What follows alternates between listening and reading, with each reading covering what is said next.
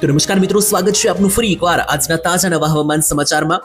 વાત કરીએ તો આજે તારીખ 21 અને શુક્રવાર વહેલી સવારથી વરસાદ શરૂ થઈ ચૂક્યો છે. ત્યાર પછી હવે બપોર પછીથી લઈને મોડી રાત સુધી વરસાદના એંધાણ વધી રહ્યા છે. 22 તારીખ વાળી સિસ્ટમ નજીક આવી રહી છે. ગુજરાતમાં હવે વરસાદી ચિત્ર બદલી જવાનું છે. શુક્રવાર અને 21 તારીખ રાત્રિ સુધી છોતરા અને શનિવાર રવિવાર આ બધા દિવસોને લઈને માહિતી આપવાનું છું આજના આ વિડીયોની અંદર. મિત્રો, ગુજરાત રાજ્ય પર વરસાદનું જે ચિત્ર છે તે હવે લગાતાર બદલતું જોવા મળી રહ્યું છે. ચોમાસું એક અદ્ભુત મોડ ઉપર આવી ચૂક્યું કે જ્યાંથી ઘણા બધા લોકોને એવું લાગી રહ્યું છે કે ચોમાસું વિદાય લેશે. તો હજુ મિત્રો ઘણા બધા રિપોર્ટ એવું જણાવી રહ્યા છે કે ચોમાસાની વિદાય હજુ 1.5 મહિના દૂર છે. ગુજરાતમાં હજુ ભયંકર રાઉન્ડો બાકી છે તહેવારો ઉપર. ત્યારે આ બધી જ માહિતીમાં તમારે કઈ માહિતી સાચી માનવી આજના વિડીયોમાં વિસ્તારથી જણાવીશું. આ બધી જ માહિતી અને આટલું જ નહીં, ગુજરાત રાજ્ય પર બનેલા વાદળો ગુજરાત ઉપર કાળ સમાન બનીને ખાસ આગળ પાછળ ડોલી રહ્યા છે. હવે વાર છે તો માત્ર વરસાદના વરસવાની. ત્યારે આજના વિડીયોમાં જાણીશું સંપૂર્ણ માહિતી મિત્રો, જેની અંદર ચાલો હું પહેલા તમને એક લિસ્ટ બનાવીને સમજાવું. તો આજના વિડીયોમાં આપણે જે છે તે 3 થી 4 એવી માહિતીઓ મેળવવાની છે કામની કે જેનાથી તમને હવામાનની બધી જાણકારી મળી જશે. પછી તમારે હવામાનને લગતો બીજો કોઈ વિડીયો જોવાની જરૂરિયાત નહીં પડે. જેમાં પહેલા નંબર ઉપર હું તમને કમ્પ્લીટ સિસ્ટમ વિશેની માહિતી આપીશ કે અત્યારે હાલ સિસ્ટમ ક્યાં મળી રહી છે જોવા, કઈ તારીખ દરમિયાન ગુજરાતને ટાર્ગેટ કરશે, અને વરસાદ વિશે ખૂબ જ મહત્વપૂર્ણ માહિતી બીજા નંબરે આપીશ કે વરસાદ કયા કયા ગામમાં પડશે, કયા કયા જિલ્લાઓમાં પડશે, એક માહિતી નામ સાથે આપવામાં આવશે. ત્રીજા નંબરે જાણીશું તો વરસાદ એટલે ચોમાસાની વિદાય અને અલ નીનોની અસર અને દુષ્કાળ, આ બધા મુદ્દાઓ અત્યારે ઘણા બધા ચર્ચામાં છે. આની પાછળ હકીકત શું છે, તમે કહો ને કે એની પાછળ સત્ય શું છે, સાચી માહિતી શું છે, અંબાલાલ પટેલ જેવા નિષ્ણાંતો શું જણાવી રહ્યા છે, આ બધી માહિતી ત્રીજા નંબરે જાણીશું. ચોથા નંબરે ઘણી બધી કામની માહિતી અને ઉપયોગી માહિતી મારે તમને આપવાની છે. નકશાઓને આધારે ઘણા બધા ઇમ્પોર્ટન્ટ નકશાઓ મારી પાસે આવ્યા છે વેધર મોડેલોના, અને આ જે નકશા છે તેને આધારે તમને ખબર પડી જશે કે આવનારા સમયમાં ગુજરાતમાં શું થવા જઈ રહ્યું છે. તો નકશા જોવા માટે પણ વિડીયોમાં છેલ્લે સુધી જોડાયેલા રહેજો. તો ચાલો ટાઈમ બગાડ્યા વગર વિડીયોની શરૂઆત કરીએ. સૌથી પહેલા સિસ્ટમનું લાઈવ લોકેશન જોઈ લઈએ. જે મેઇન સિસ્ટમ અત્યારે હાલ બની રહી છે, બંગાળની ખાડી ફૂલ સક્રિય થતા જોવા મળી રહેશે. તો આ મિત્રો જે છે તે એક પોઝિટિવ સાઇન એટલે ખુશખબરી ગણી શકો કે બંગાળની ખાડી નિષ્ક્રિય નથી પડી, મતલબ ચોમાસું હજુ ગયું નથી. જી હા દર્શક મિત્રો, જ્યાં સુધી બંગાળની ખાડી સક્રિય છે વરસાદનો ખતરો યથાવત છે. અને માત્ર આ વેધર મોડેલો જ નહીં, જોઈ લો અહીંયા હવામાન વિભાગે પણ જે નકશો આપણને બહાર પાડીને આપ્યો છે. આ નકશો મિત્રો જોશો તો તમને અહીંયા દેખાશે. જોઈ લો, હવામાન વિભાગે આ નકશો IMD વેબસાઇટ ઉપર મૂક્યો છે, એટલે ઇન્ડિયન મેટ્રોલોજીકલ ડિપાર્ટમેન્ટ જે છે તેના તરફથી આ મેપ મૂકવામાં આવ્યો છે, નકશો આપવામાં આવ્યો છે. આની અંદર ગુજરાત જે છે ત્યાં ગુલાબી સર્કલમાં આવેલું છે, અને બંગાળની ખાડી ઉપર જોશો તો એક હાથી જેવી મહાકાય સિસ્ટમ જુઓ, બંગાળની ખાડીથી છેક અરબી સમુદ્ર સુધી આ રીતની આ લંબાઈ રહી છે આ સિસ્ટમ. હવે આ જે સિસ્ટમ છે બંગાળની ખાડીમાં બની છે એ મિત્રો જે છે તે આપણને સારા સંકેત આપી રહી છે. અને આ સિસ્ટમ જે છે તે ધીમે ધીમે આ રીતની ભારતના અંતરીય ભાગોમાં એન્ટ્રી લેશે. એટલે આ જે ચાલી રહેલો ઓગસ્ટ મહિનો છે, 8મો મહિનો, આનો જે અંતિમ દિવસો છે, એન્ડ જે છે તેમાં સારા વરસાદ પડવાના સંકેતો છે. અને બંગાળની ખાડીમાં જે આ મોટા મોટા વાદળો આપણે જોઈ રહ્યા છીએ, આ મોટા મોટા જે કાળા ડિબાંગ વાદળોવાળી સિસ્ટમો બની ગઈ છે, આ મિત્રો આપણને ભવિષ્ય માટે પણ સારા સંકેતો આપે છે. કારણ કે અહીંયા જુઓ, આ તો કોઈ ઝીણી એવી કે નાની મોટી સિસ્ટમ નથી, આ એક પ્રોપર મિત્રો વરસાદની મહાકાય સિસ્ટમ જે બંગાળની ખાડીથી પેસિફિક મહાસાગર સુધી લંબાયેલી છે.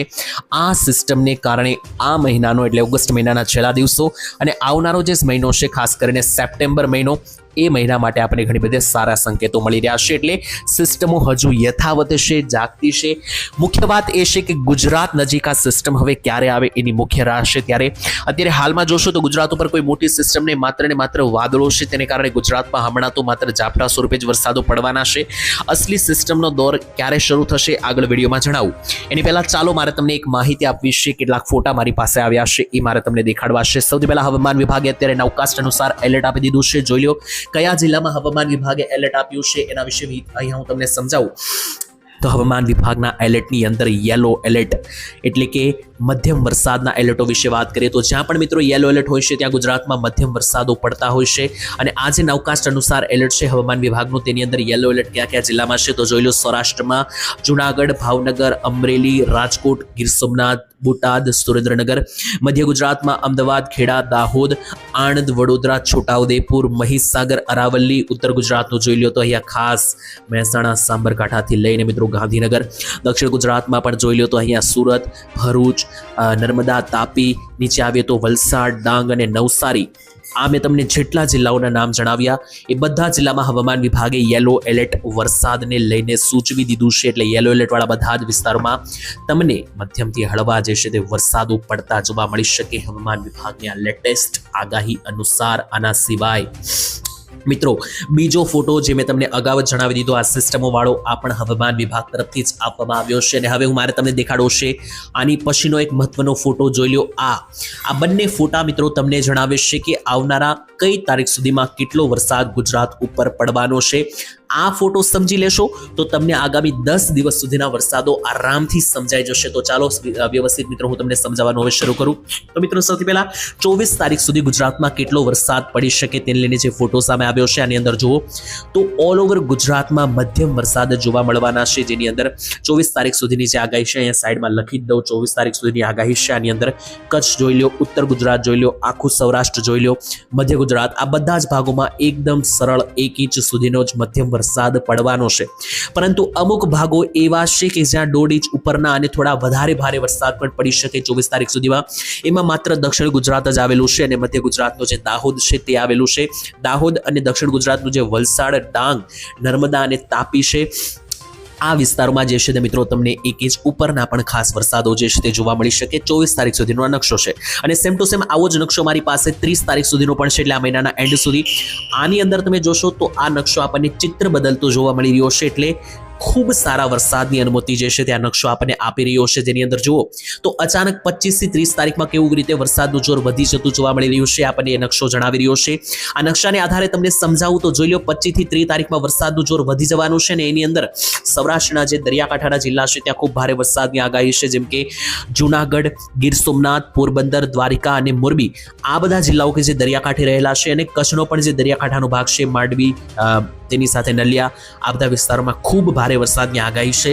દક્ષિણ ગુજરાતની અંદર પણ તમે અહીંયા જોઈ શકો કે સુરત, નવસારી, વલસાડ, આહવા, ડાંગ, નર્મદા અને તાપી આ બધા જિલ્લાઓ પર પણ અહીંયા વરસાદના સંકેતો વધી રહ્યા છે. અને મધ્ય ગુજરાતનું જે અમદાવાદ છે અને બાજુના વિસ્તારો છે ત્યાં પણ વરસાદના સંકેતો વધી રહ્યા છે. દાહોદ બાજુ પણ વધી રહ્યા છે. 25 થી 30 તારીખની હું વાત અહીંયા તમને કરી રહ્યો છું. અને બાકી વાત કરીએ તો ઉત્તર ગુજરાત, સૌરાષ્ટ્રના બાકી જિલ્લાઓ જેમ કે અમદાવાદ, અમરેલી, ભાવનગર, રાજકોટ, સુરેન્દ્રનગર, બોટાદ આ બધા જિલ્લાઓ હોય પછી મધ્ય ગુજરાતના અન્ય જિલ્લાઓ અહીંયા મિત્રો સરેરાશ મધ્યમ ઝાપટા શરૂ રહી શકે. હવે આની સિવાયનો બીજો એક ફોટો તમને અહીંયા દેખાડી દઉં તો જોઈ લો મિત્રો આ જે ફોટો છે ગુજરાત રાજ્યમાં ચોમાસું શા માટે હાલ અત્યારે ઓછો વરસાદ આપી રહ્યું છે તેનું મુખ્ય કારણ અહીંયા આપી રહ્યું છે. અને આની સાથે મારે તમને થોડી અલનીનો અને દુષ્કાળ વિશે પણ માહિતી આપવી છે. જો કે અંબાલાલ પટેલે પણ એક મહત્વપૂર્ણ આગાહી આપી છે અને સાથે ગુજરાતમાં આગામી 24 કલાકમાં એટલે 21 તારીખથી 22 તારીખ બપોર સુધી ક્યાં વરસાદ પડશે મારે તમને જણાવવું છે. પરંતુ એની પહેલા હું તમને આ પહેલા દુષ્કાળ વિશે અને વરસાદ વિશે અલનીનો વિશે જે માહિતી છે એ જાણવી ખૂબ જરૂરી. તો પહેલા સમજાવું કે મિત્રો આ વખતે વરસાદનું અચાનક પ્રમાણ શા માટે ઘટી ગયું. કારણ કે અત્યારે જે ચાલુ મહિનો છે મિત્રો ઓગસ્ટ મહિનો ગણવામાં આવે અને 8મો મહિનો છે. ઓગસ્ટ મહિનો મિત્રો ચોમાસાનું જે છે તે મિત્રો હૃદય ગણવામાં આવે છે. એટલે આ જે ઓગસ્ટ મહિનો છે એ આખા ચોમાસાનો મધ્ય ભાગ છે. જે મિત્રો શરીર માટે હૃદય હોય છે જરૂરી એમ આખા ચોમાસાનું એક પ્રકારે રીઢની હડ્ડી જે છે તે મિત્રો આ ઓગસ્ટ મહિનો હોય છે. અહીંયા જ વરસાદી સિસ્ટમો આકાર બદલતી હોય છે. અને આ વખતે આ મહિનો જ નબળો રહ્યો. તેનું મુખ્ય કારણ મિત્રો શું છે જોઈ લો. એનું મુખ્ય કારણ છે મિત્રો દરિયાની અંદર બની રહેલા ભેજ. જી હા મિત્રો જુઓ 850 HP અને 700 HP ભેજ લેવલ ઉપર તમે અહીંયા નજર મારીને સરખી રીતે અહીંયા તમે જોશો મિત્રો અહીંયા મિત્રો જોતા આપણને દેખાઈ રહ્યું છે કે ભેજ જે છે તે દરિયાની અંદર પડી રહ્યો છે ઓછો. અહીંયા મિત્રો કેટલીક માહિતી છે તે તમને સમજાવું તો જોઈ લો. Reason for the reduce rainfall across most parts of country, less moisture in wind એટલે કે ઇંગ્લિશ છે મિત્રો એનું ગુજરાતી સમજાવું તો ઓછો ભેજ અને પવનો આ બે મુખ્ય કારણ છે કે આ વખતે જે છે તે વરસાદ ઓછો છે. કારણ કે જેટલા વધારે પવનો જેટલો ઓછો ભેજ એટલા જ ઓછા વરસાદો. અને આ શા માટે થઈ રહ્યું છે, શા માટે ભેજ નથી બની રહ્યો? તો અલનીનોની અસર છે મિત્રો. અરબી સમુદ્ર આખું સૂતેલું છે. જી હા આ વખતે મિત્રો જેટલી પણ સિસ્ટમ આવી છે તમે સાંભળી હશે કે બધી બંગાળની ખાડીમાંથી જ સિસ્ટમ આવી છે. અરબ સાગરમાંથી કોઈ પણ મોટી સિસ્ટમ જે છે તે આ વર્ષે આવી જ નથી. એ મિત્રો મુખ્ય કારણ છે કે આ વખતે ચોમાસું જે છે તે થોડું નબળું ગુજરાત માટે રહ્યું છે. જોકે અત્યાર સુધીનો સરેરાશ વરસાદ તો સારો રહ્યો છે પરંતુ હવે છેલ્લે જે છે તે મિત્રો આ વરસાદના પ્રમાણો ઘટતા જે છે તે મિત્રો આપણને જોવા મળી શકે એ રીતના સંકેતો અહીંયા ચોક્કસ મળી રહ્યા છે. પરંતુ શું ચોમાસું પૂર્ણ થઈ ગયું, શું ચોમાસાની વિદાય થઈ ગઈ? આ બધી અફવાઓથી ખાસ દોસ્તો દૂર રહેવાનું છે આપણે. કારણ કે ઘણી બધી જગ્યાએ મિત્રો આવા ઇનઓથેન્ટિક માહિતીઓ ફસાતી હોય છે મિત્રો. એટલો કોમન સેન્સ તો બધા લોકોમાં હોય જ છે કે સિસ્ટમ નબળી પડી, સિસ્ટમો થોડા દિવસ ના આવી, એનો મતલબ એવો નથી કે આખી ઋતુ ફેલ થઈ ગઈ.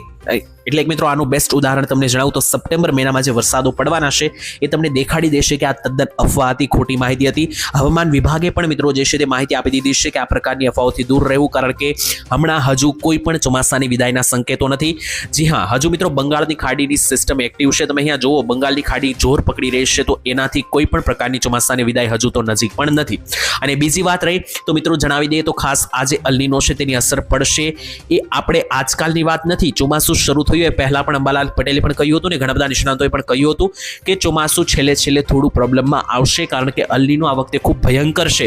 2015ની સાલમાં આવો અલ્નીનો આવ્યો હતો, 10 વર્ષ પછી અત્યારે આવી રહ્યો છે. તો આની વિશે તો પહેલેથી બધાને ખબર જ હતી, કોઈ નવી વસ્તુ નથી. સિસ્ટમ જેવી મજબૂત બનશે આવનાર સમયમાં તો ફરી એકવાર વરસાદોનું જોર પકડવાની શરૂઆત થશે. 25 થી 30 તારીખ પછી આ વસ્તુ બની શકે. હું તમને આજની વાત કરું કે આજે વરસાદ કઈ જગ્યાએ પડવાનો છે, તો ખાસ આજે એવા કોઈ મોટા વરસાદની આગાહીઓ જે છે તે રહેવાની છે નહીં, કારણ કે જુઓ તો 21 તારીખ શુક્રવાર બપોર પછીથી લઈને સાંજ સુધી, રાત્રિ સુધી તમે જોશો તો આની અંદર કોઈ એવા ખાસ મોટા વરસાદ દેખાતા નથી. માત્ર દક્ષિણ ગુજરાત અને સૌરાષ્ટ્રના દરિયાકાંઠે જ વરસાદો પડી શકે. દક્ષિણ ગુજરાતમાં જો કે સારા એવા વરસાદોની સંભાવનાઓ બની રહી છે, જેમાં ખાસ સુરત હોય કે પછી નવસારી, વલસાડ, વાપી, આહવા, ડાંગ, બારડોલી, તેની સાથે સાપુતારા છે. થોડા ઉપર આવીએ તો જે નર્મદાનો વિસ્તાર છે, તાપીનો વિસ્તાર છે, ભરૂચ છે, આ બધા જિલ્લાઓમાં, જુદા જુદા તાલુકાઓમાં ઝાપટા સ્વરૂપે વરસાદ પડશે.